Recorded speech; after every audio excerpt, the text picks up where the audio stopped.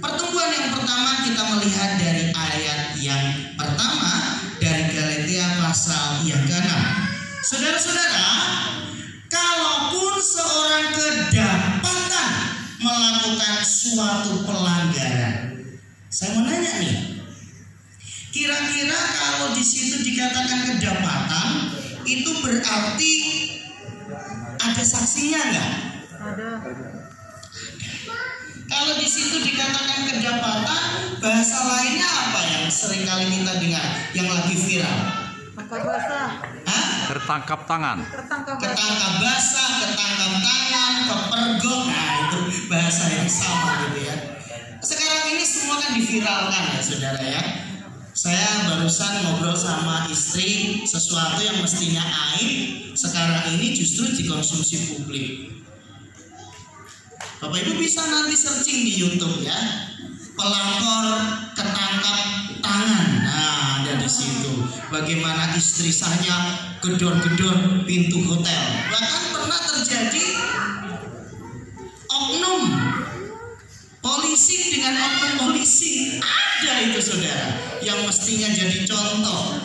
Ya, nah saudara yang dikasih Tuhan, di sini dikatakan, kalaupun seorang kedapatan melakukan suatu pelanggaran, artinya gini loh, nggak ada alasan bagi orang itu untuk ngeles, nggak ada alasan bagi orang itu untuk berkelit. Jelas-jelas kok di situ dikatakan kedapatan melakukan pelanggaran. Sebenarnya kan gini Bapak Ibu, di dunia ini kadangkala ada sesuatu yang ketahuan dan ada yang sesuatu yang tidak ketahuan. Tetapi hati-hati loh, sekalipun tidak ketahuan sampai orang itu mati, pertanyaannya apakah tidak ketahuan nanti di pengadilan Tuhan? Sangat ketahuan. Itulah sebabnya di sini Rasul Paulus katakan bahwa sekalipun kita menjumpai keadaan saudara kita jelas-jelas ketangkap tangan, kepergok, ya, ketahuan melakukan pelanggaran, tidak dijelaskan di sini pelanggarannya apa. Baru-baru ini saya melihat ada yang lagi viral juga, seorang ibu-ibu ketahuan mengambil handphone di rumah warga lalu diikat di tiang dan dijadikan tontonan. Lagi viral juga itu Bapak Ibu. Lalu di situ banyak komentar netizen di situ. Aduh, kok nggak punya perikamanusiaan dan lain sebagainya. Tetapi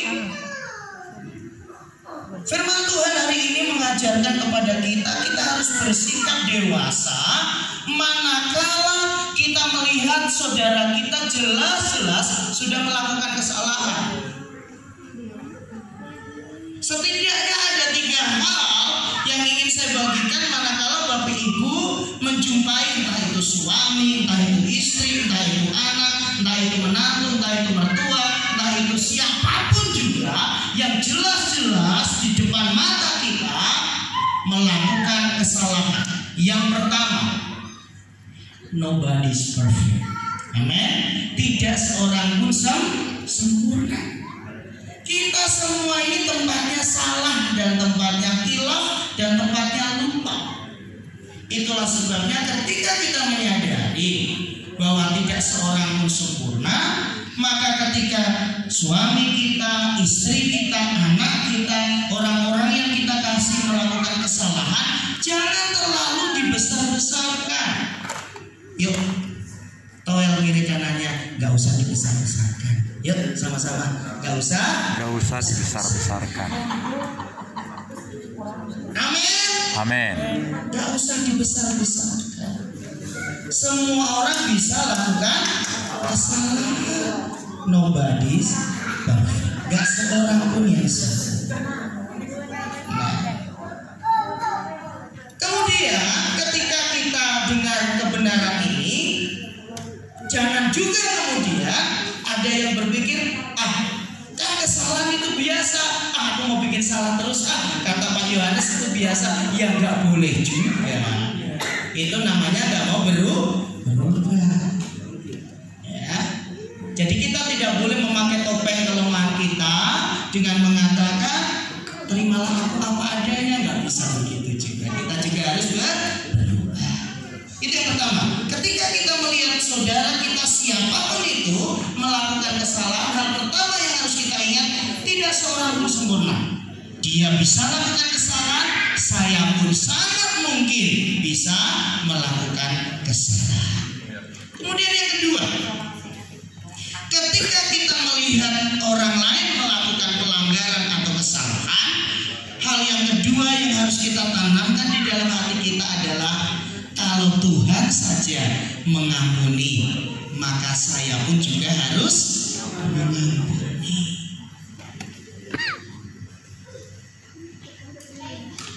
Toel yuk, saling mengampuni. Toel kiri kanan yuk, saling mengampuni. Itu. Amin. Harus saling mengampuni. Kalau kita saling mengampuni, Bapak Ibu, hidup itu terasa ringan kok. Ya. Kadang-kala kan gini.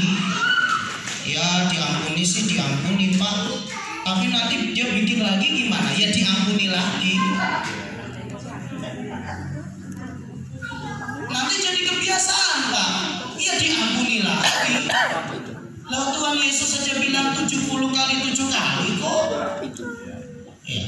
Itu bukan bicara tentang perkalian. 7 di situ berbicara tentang kesempurnaan. Ngomong enak Pak. Ya memang nggak mudah, tapi kita harus belajar untuk menjadi pelaku firman. Yang pertama, nobody is perfect.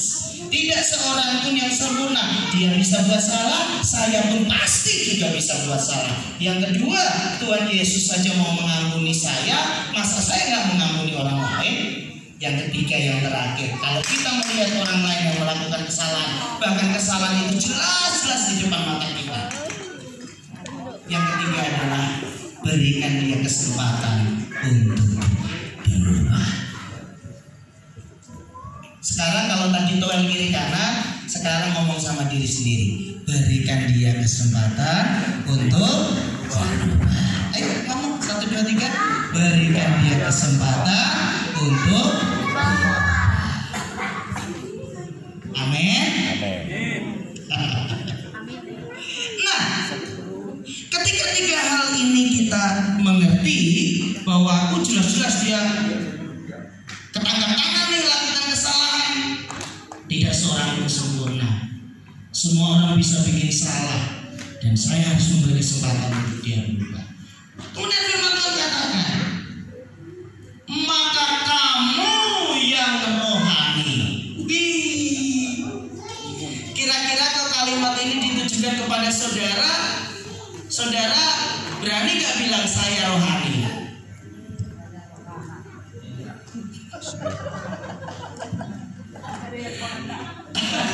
Di dalam Tuhan kita sukacita aja lah saudara ya, nggak usah tegang-tegang. Di sini dibilang loh, maka kamu yang rohani.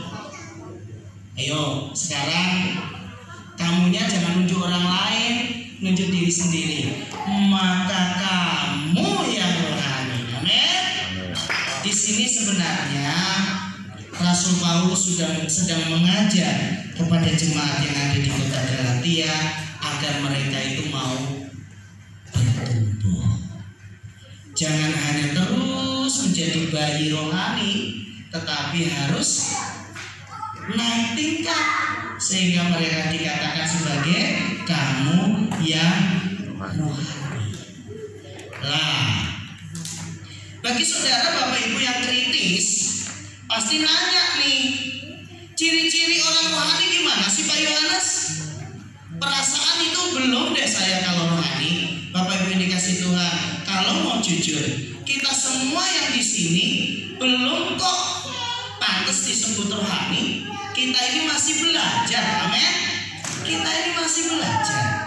Ya namanya belajar, salah itu biasa, tetapi jangan pakai kesalahan menjadi kebiasaan. Nah, itu 2 hal yang berbeda. Salah itu biasa, tapi jangan pakai kesalahan sebagai kebiasaan. Maka kamu yang rohani harus memimpin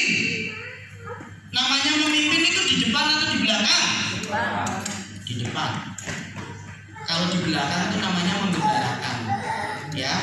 Makanya kalau Bapak Ibu lihat, kebetulan saya dulu punya kambing, ya. Saya dulu punya kambing di kampung, jadi tahulah gimana gembalakan kambing, ya. Nah, jadi ketika domba-domba ini mulai merumput, maka ya namanya binatang, ya, ada yang nurut, kadang ada yang nggak nurut juga. Kadang-kala saya dulu masih ingat kalau lagi gembalakan kambing itu suka diteriakin tetangga karena kambingnya ada yang nakal, suka makan itu loh tanaman tetangga, ya. Makanya harus bawa yang namanya bukan tongkat sih kalau di kampung, Pak, seperti cemeti gitu loh, ya.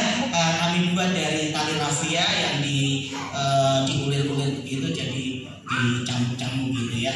Jadi mereka kalau memang dikasih Tuhan, kamu yang rohani memimpin orang itu ke jalan yang benar. Firman Tuhan katakan kamu rohani, berarti kita ini bersyukur, ya, sama Tuhan dipercaya sebagai orang yang rohani. Kemudian kita dipercaya menjadi mentor, ya, menjadi pemimpin buat orang yang lakukan kesalahan itu ke jalan yang benar. Nah, perhatikan baik-baik, dalam roh lemah lembut. Nah, roh lemah lembut ini bukan berarti kalau ngomong pelan, Dek, jangan gitu ya, Bang, jangan gitu, bukan. Itu namanya letoy, bukan lemah lembut. Lemah lembut itu berbicara tentang penguasaan diri. Tuhan Yesus tetap lemah lembut loh ketika dia membolak-balikan meja penukar uang di bait Allah. Tuhan Yesus tetap lemah lembut loh ketika bilang sama Petrus, "Hai kamu iblis, enyah engkau." Tuhan Yesus juga lemah lembut ketika dia bilang kepada orang-orang Farisi, "Hai ular beludak, kamu yang seperti kubur yang dicat putih, dalamnya tulang belulang." Tapi Tuhan Yesus tetap disebut sebagai pribadi yang lemah lembut. Lemah lembut berbicara tentang ketegasan, bukan berbicara tentang nada yang pelan. Ini dua hal yang berbeda. Nah, memimpin orang itu ke jalan yang benar dalam roh lemah lembut. Nah, di sini bukan tentang perilaku, ya, tetapi roh, berbicara tentang spirit. Bagaimana kita memiliki motivasi hati untuk membuat orang lain itu berubah jadi lebih baik. Ini saya kasih tahu dulu. Kebetulan saya itu ngajar, ya.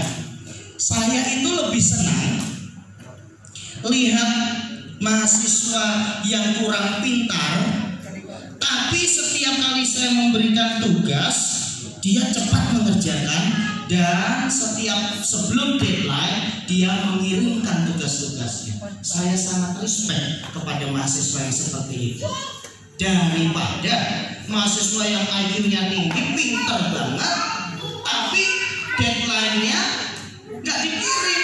Sekalipun ketika dia mengirim, hasilnya bagus, tapi bagi saya tidak jadi bagus. Kenapa? Karena melewati batas yang sudah ditentukan.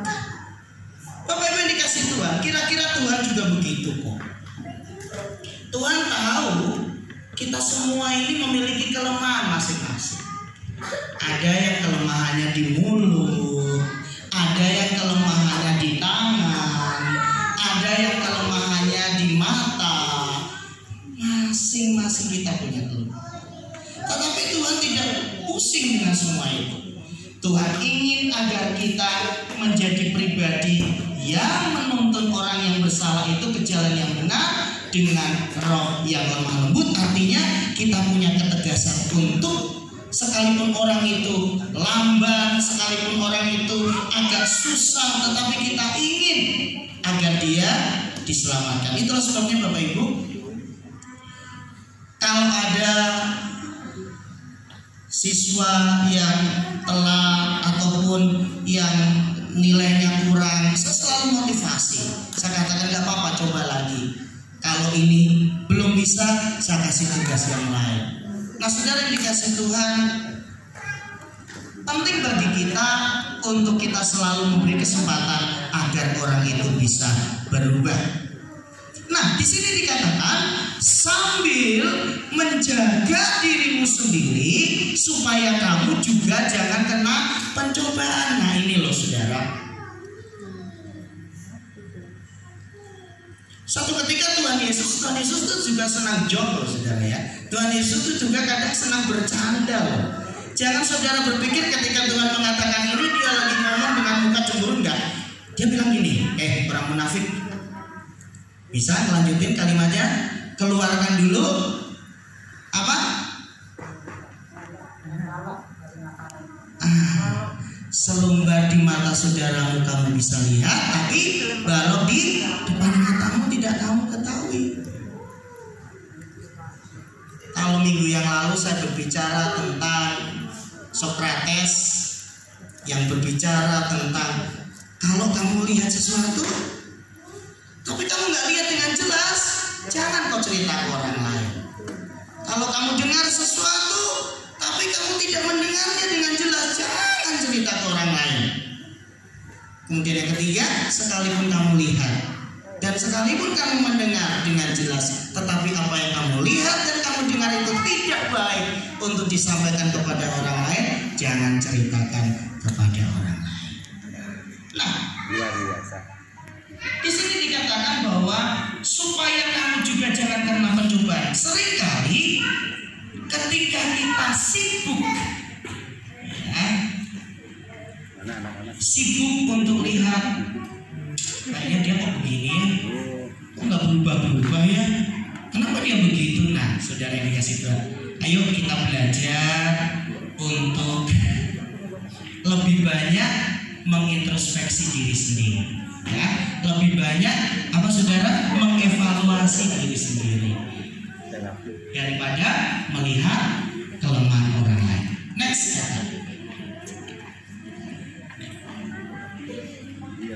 Nah, kalau yang pertama tadi berbicara tentang bagaimana kita yang rohani harus membimbing orang yang salah itu ke jalan yang benar. Kemudian yang kedua, kenapa kok lompat ayatnya menjadi bertolong-tolonganlah menanggung bebanmu, demikianlah kamu memenuhi hukum Kristus. Kan ini sepertinya dua ide yang lompat ya saudara. Di satu sisi sebuah nasihat untuk bisa membimbing orang yang sudah ketangkap-tangan melakukan kesalahan. Kemudian yang kedua, kenapa Rasul Paulus langsung bilang bertolong-tolonganlah menanggung bebanmu? Di mana koneksitasnya? Di mana nyambungnya? Jadi gini Bapak Ibu yang dikasih Tuhan. Perhatikan baik-baik firman Tuhan ini, buka hati, buka pikiran, sehingga kita akhirnya mengerti, oh itu toh maksud firman Tuhan. Gini Bapak Ibu, ada orang yang tahu bahwa apa yang dia lakukan itu salah, tetapi dia tidak punya kemampuan untuk melawan kesalahan itu.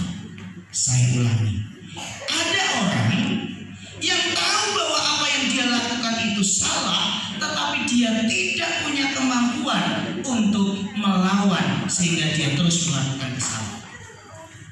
Kepada orang-orang yang seperti inilah firman Tuhan katakan bertolong-tolonganlah menanggung beban. Saya kasih contoh Bapak Ibu. Saya 10 tahun melayani di Papua dari tahun 2000 sampai 2010. Nah, nggak tahu kalau sekarang ya, waktu itu masyarakat yang ada di sana itu kebanyakan, tetapi tidak semua ya. Kalau mereka punya uang itu, seringnya mereka itu pakai untuk minum-minuman beralkohol. Jadi sampai ada kalimat begini, kalau dia punya duit, tidurnya itu diselokan. Tapi kalau lagi nggak punya duit, tidurnya di rumah. Nah, itu istilahnya. Artinya adalah kalau memang lagi punya duit, pakai untuk mabuk, pakai untuk ya hal-hal yang tidak benar. Nah, sering kasih Tuhan, satu ketika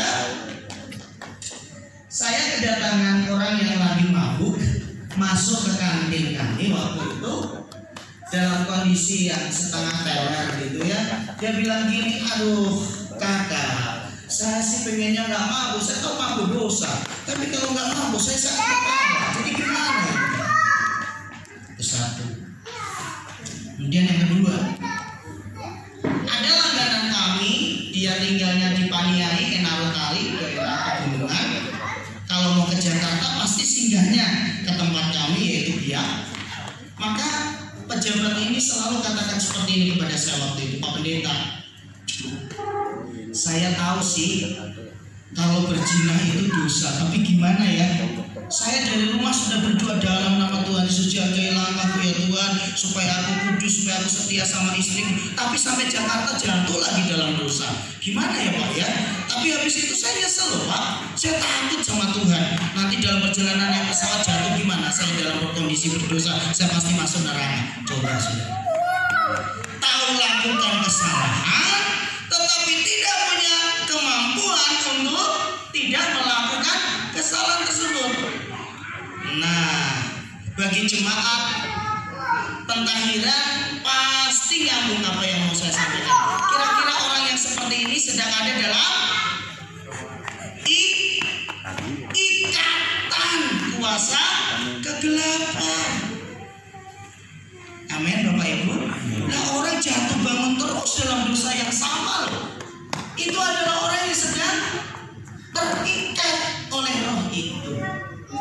Nah, apalagi kita punya pelayanan pentahiran, tahirkan saudara, ya. Ini ketiga kali di mimbar Tuhan yang kudus, Pak Yohanes bicara tentang pentahiran.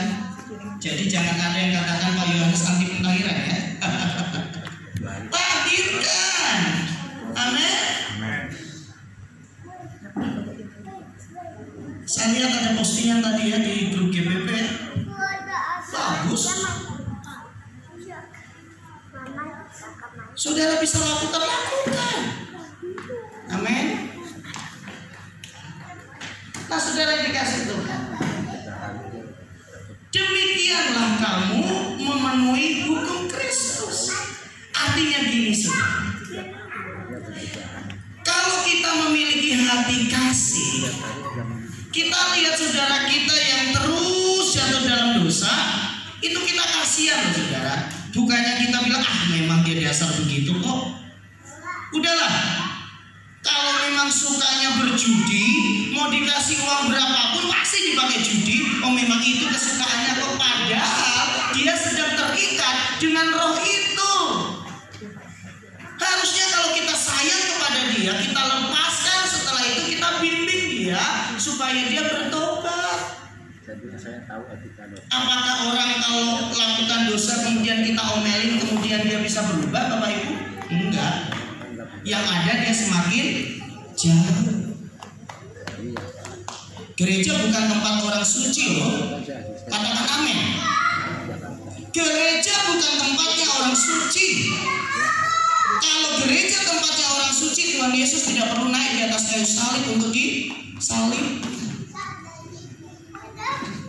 Gereja adalah tempatnya orang-orang yang membutuhkan kasih karunia Tuhan. Gereja adalah tempat orang-orang yang rindu untuk mencari perkenanan Tuhan.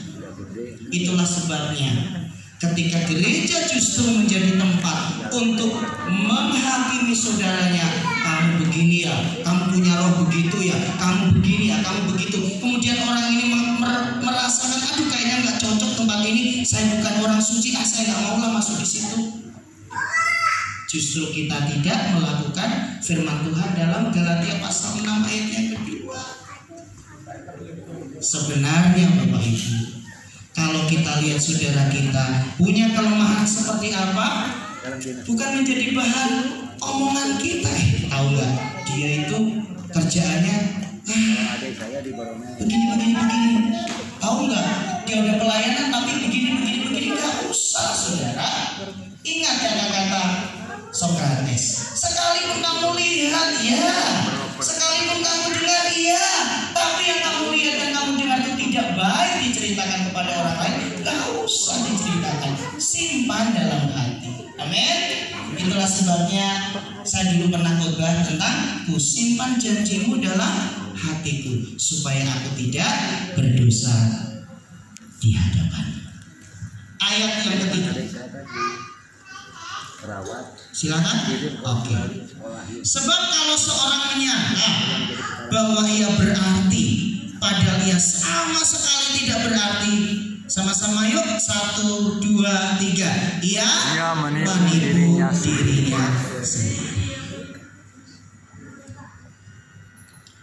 Maaf, kalimat saya mungkin bisa menyinggung, tapi saya harus sampaikan karena ini adalah kebenaran. Selama saudara merasa hebat, saudara pasti akan menganggap orang lain itu remeh. Saya ulangi, selama saudara merasa diri saudara hebat, saudara akan menganggap orang lain itu remeh. Padahal Alkitab mengatakan, sebab kalau seorang menyangka bahwa ia berarti, padahal ia sama sekali tidak berarti, ia menipu dirinya sendiri. Saya menganya, kalau kita yang sungguh-sungguh dalam Tuhan nih, doakan orang yang kerasukan setan, lalu orang itu terlepas, saudara atau Tuhan yang bikin? Saudara atau Tuhan yang bikin? Saudara atau Tuhan yang bikin? Kenapa mesti sombong? Tuhan kok yang bikin. Kalau saudara nggak mau, Tuhan pakai yang lain yang mau. Betul? Jika ada saudara yang merasa dirinya hebat, dia pasti remehkan orang lain. Itu aja kok. Tapi kalau merasa dirinya ini nggak ada apa-apanya, sekecil apapun yang dia bisa lakukan itu karena Tuhan, dia nggak akan remehkan orang lain. Ini firman Tuhan yang bilang loh. Jadi ternyata ketika kita meremehkan orang lain, kata firman Tuhan, kita menganggap diri kita berarti, kita sedang menipu diri kita sendiri. Kalau saudara bisa melepaskan orang yang kerasukan setan, saudara atau Tuhan? Tuhan. Saudara atau Tuhan? Tuhan. Tuhan. Mulai hari ini, gereja Betel Pentahiran Jemaat Pentahiran, semua yang kita lakukan karena Tuhan. Amin. Beri kemuliaan buat Tuhan. Amen. Karena Tuhan, karena Tuhan, karena Tuhan, dan karena Tuhan. Bukan karena perseorangan. Sehingga kalau ada yang bersaksi dipakai Tuhan, saya yang pertama katakan terima kasih Tuhan, pakai hambamu lebih dahsyat lagi. Dan tidak perlu iri. Amin. Amin.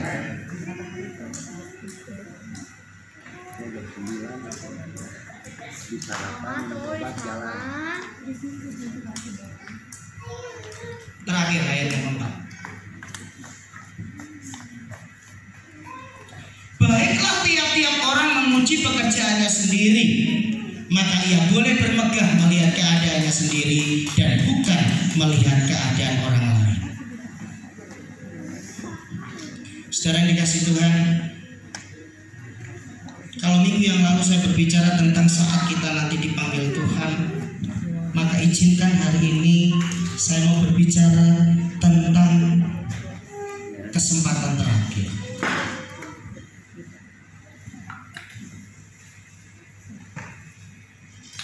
Maaf, udah jam 6 tapi saya harus sampaikan. Siapa yang berani katakan bahwa besok saudara pasti bisa bangun? Ada yang berani katakan besok pagi pasti saudara bangun? Tidak ada orang yang tahu. Nanti malam tidur bablas tidak bangun lagi, tidak ada yang tahu. Orang meninggal tidak harus karena sakit kok. Kalau udah waktunya meninggal, ya meninggal. Itulah sebabnya suatu ketika Billy Graham, seorang penginjil kenamaan asal Amerika, didatangi oleh senator-senator Amerika. Dan Billy Graham ditanya oleh para senator-senator tersebut, Billy, Anda punya kesempatan sangat besar Presiden Amerika Serikat. Kami para senator mendukung Anda. Maukah Anda menjadi Presiden Amerika Serikat? Lalu Billy Graham dengan berapi-api dia berkata, kalau aku menjadi Presiden Amerika Serikat, maka aku menurunkan derajatku serendah-rendahnya. Sebab ketika aku menjadi pelayan Kristus, Tuhan sedang mengangkat aku lebih daripada menjadi seorang presiden. Itulah sebabnya suatu ketika seorang wartawan bertanya kepada Billy Graham, Billy, kenapa Anda setiap kali KKR begitu berapi-api? Dengan tegas dia katakan, kalau aku sedang KKR, maka aku berpikir itu adalah KKR-ku yang terakhir, dan besok aku sudah mati. Makanya aku akan melakukan yang terbaik hari itu. Bapak Ibu yang dikasihi Tuhan, seandainya setiap kali kita ibadah, kita memiliki pengertian bahwa ini adalah ibadahku yang terakhir, apakah kita akan bermain-main dengan ibadah kita? Ya. Kita pasti akan serius dengan ibadah. Kita melayani, pasti kita melayani dengan serius. Kita mempersiapkan diri dengan sungguh-sungguh, karena kita sadar kita tidak pernah tahu apakah akan ada kesempatan berikutnya. Dengan demikian, kita akan selalu memacu diri kita sendiri untuk melakukan yang terbaik untuk Tuhan. Saya undang para pemain musik untuk maju ke depan, worship leaders, singers. Bapak Ibu kita bangkit berdiri, kita segera akhiri ibadah kita pada malam hari ini. Haleluya.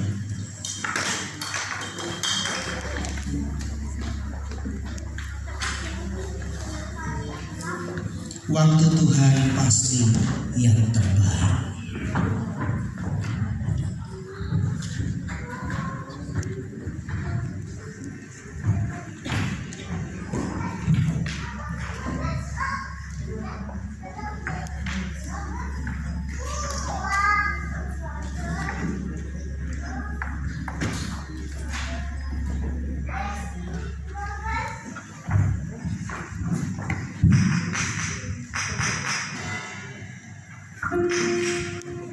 Waktu Tuhan pasti yang terbaik.